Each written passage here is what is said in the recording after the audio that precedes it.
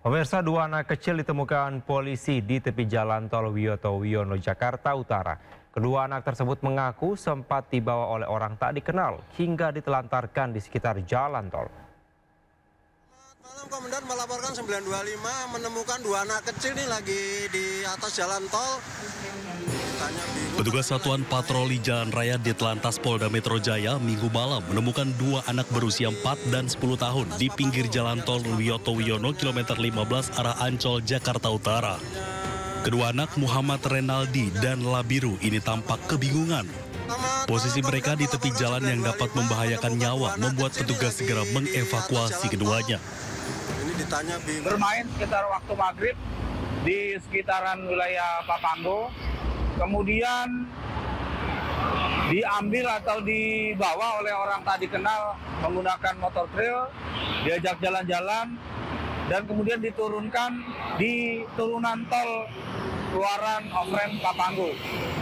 Kemudian karena kebingungan, kedua anak tersebut naik ke atas dan berjalan serta berdiam di ruas jalan tol layang tersebut, dan kemudian ditemukan oleh petugas kami.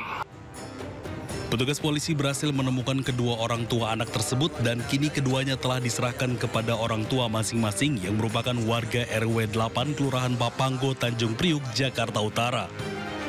Petugas mengimbau kepada seluruh orang tua untuk menjaga putra-putri mereka agar kejadian seperti ini tidak terulang kembali. Perahu karet digunakan untuk rafting oleh 7 mahasiswa Politeknik Negeri Indramayu terbalik di Sungai Cimanuk, Indramayu, Jawa Barat. 5 korban selamat sementara 2 korban masih dalam pencarian. Kejadian perahu karet arem jeram. Inilah detik-detik perahu karet yang ditumpangi 7 mahasiswa Politeknik Negeri Indramayu Polindra mengalami kecelakaan saat melakukan rafting di Sungai Cimanuk, tepatnya di sekitar Bendungan Karet Bangkir, Kecamatan Loh Bender, Kabupaten Indramayu. Terlihat perahu terombang-ambing akibat derasnya arus sungai. Tak lama kemudian, perahu karet terbalik setelah menerabas arus deras. Warga sempat berteriak memperingatkan agar mereka tidak melanjutkan perjalanan. Warga pun berupaya mengevakuasi satu persatu mahasiswa. Proses evakuasi berlangsung dramatis. Dari ke-7 mahasiswa, 5 orang berhasil selamat, sementara 2 orang lainnya masih belum ditemukan. Hingga kini tim SAR gabungan masih melakukan pencarian 2 mahasiswa yang tenggelam di Sungai Cimanuk. Dari Indramayu, Jawa Barat, Toy Iskandar melaporkan. Ada masih di Sindo Malam, pemirsa. Presiden Prabowo Subianto memimpin upacara ziarah nasional dan renungan suci di Taman Makam Pahlawan Kalibata, Jakarta Selatan. Presiden Prabowo Subianto tiba didampingi Wakil Presiden Gibran Rakabuming Raka. Upacara ziarah nasional dan renungan suci dalam rangka peringatan Hari Pahlawan ini turut dihadiri sejumlah menteri kabinet, keluarga para pahlawan, dan para veteran. Tiba di lokasi upacara, Presiden langsung memimpin upacara dan melakukan peletakan karangan bunga yang bertuliskan "Pahlawanku Teladanku", terus bergerak melanjutkan perjuangan. Presiden Prabowo memimpin mengheningkan cipta dan menyampaikan peran besar pahlawan dalam memperjuangkan dan mempertahankan kemerdekaan Republik Indonesia. Mengheningkan cipta, mulai kita mengenang arwah dan jasa para pahlawan yang telah gugur membela kemerdekaan, kedaulatan dan kehormatan bangsa Indonesia. Khususnya mereka-mereka yang gugur dalam perlawanan terhadap kekuatan asing yang mendukung penjajahan kembali bangsa Indonesia oleh bangsa asing. Pada tahun 1945, 10 November, para pahlawan telah dengan berani melawan kekuatan asing yang begitu besar, terutama kekuatan Inggris, pemenang Perang Dunia Kedua.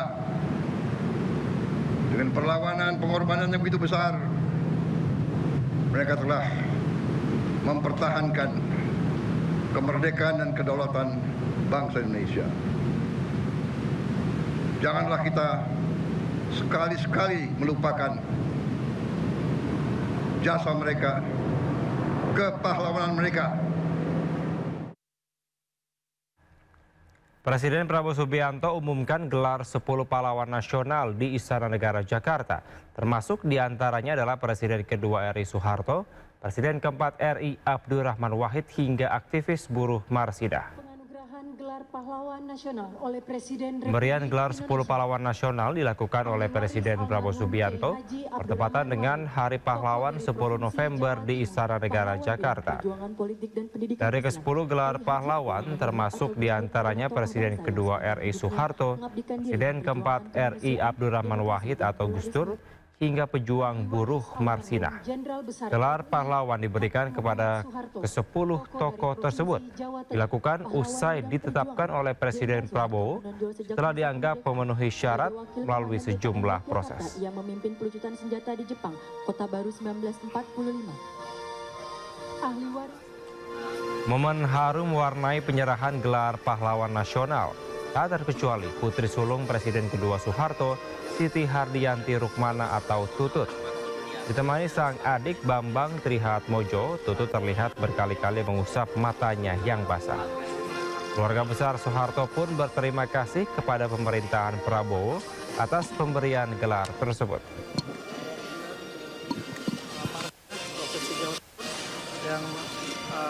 Kepada Bapak Presiden dan kepada masyarakat Indonesia dan kepada seluruh yang telah mendukung lah gitu.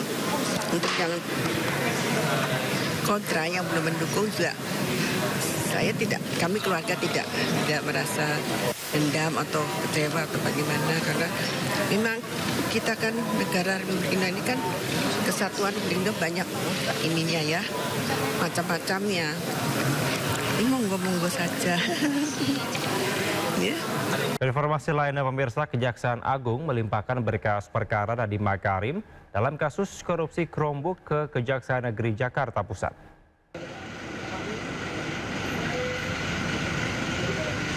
Selain Nadiem Makarim, ada juga 3 tersangka lainnya yang berkasnya dilimpahkan ke Kejari Jakpus. Sebenarnya dalam kasus ini, Kejagung menetapkan 5 tersangka. Namun 1 tersangka lainnya yakni Juristan hingga kini masih buron. Karena ini Hari Pahlawan ya. Terhadap dari 5 tersangka, 4 ini yang dinyatakan sudah lengkap oleh penuntut umum dan segera dilimpahkan nantinya ke Pengadilan Negeri Tipikor. Iya. Tinggal menuntut Juristan tadi ya Pak, berarti ya?